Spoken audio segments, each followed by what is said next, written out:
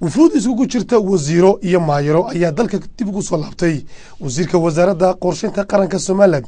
Dr. Saad Ali Shire oo dalka Australia kula kulmay saraakiil ka socotay xukuumadda dalka Australia iyo jaaliyadda Soomaaliland ee dalkaasi ayaa waxa uu sheegay in Australia iyo Soomaaliland uu bilaami doono xiriir fog oo dhinaca siyaasadda iyo dhaqaalaha wasiirku waxa uu sheegay in markii ugu horeysay uu kulan ula yeeshay wasiiro ka tirsan xukuumadda dalka Australia wasiirka oo ka hadlay waxa uu yiri waxaan halkan iska raacnay aniga iyo wasiirka khaarijiga 26 bisha waxaanu tagnay Sydney halkaasaan kula kulannay jaaliyadda Soomaaliland ee Sydney wasiirku shirka ka bacdi uu naga soo noqday wuxuu ku soo noqday wadanka Ingiriiska jaaliyadda Soomaaliland ee Sydney ka sokow waxaan la kulannay wasaaradda khaarijiga iyo ganacsiga xubno ka socda waxaan kala la kulannay jaamacadda weyn ee jaamacadda Canberra la yiraahdo caasimadda Australia taala waxaan kula la kulannay macahad daraasaadka sameeya caalamiga ah ay leeyihiin Australiaanku markii dambana waxaan tagnay Melbourne halkaasoo ina kula kulannay jaaliyadda reer Soomaaliland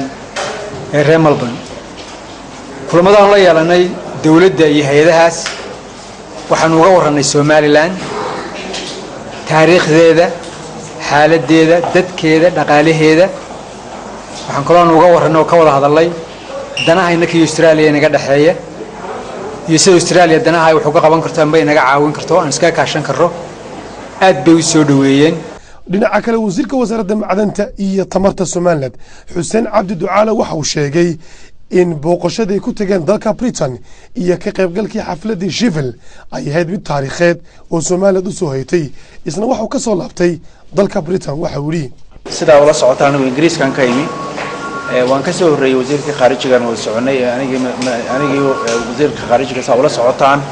madaxweynaha ayaa noo diray inaanu ka qayb galno aqoonsigii magaalada Sheffield ay Soomaaliland aqoonsatay waxaan maleynayaa aad iyo aad baa arrinta looga warramay markaan xagga joognay warar badan baa loo soo tabiyay saxaafadda inuu wasiirka khaarijigu faahfaahina qadiyada idinka siiyo isaga ayaan u daynayaa waxaan se uu ogtahiin moogtay arrintaas inay arrin taariikhi ahayd arrin runtii albaab weyn aqoonsiga Soomaaliland u furtay ay ahayd maayirada magaalooyinka Berbera iyo Boorama ayaana waxay ka soo laabteen socdaal ay ku tageen dalka Tanzania halkaas oo ka qayb galeen shir laga hadlayay socodsiinta iyo hanaanka qurxinta magaalooyinka caasimada Afrika waxay sheegeen in kulamadaasi hayeen mid qiimo u leh Soomaaliland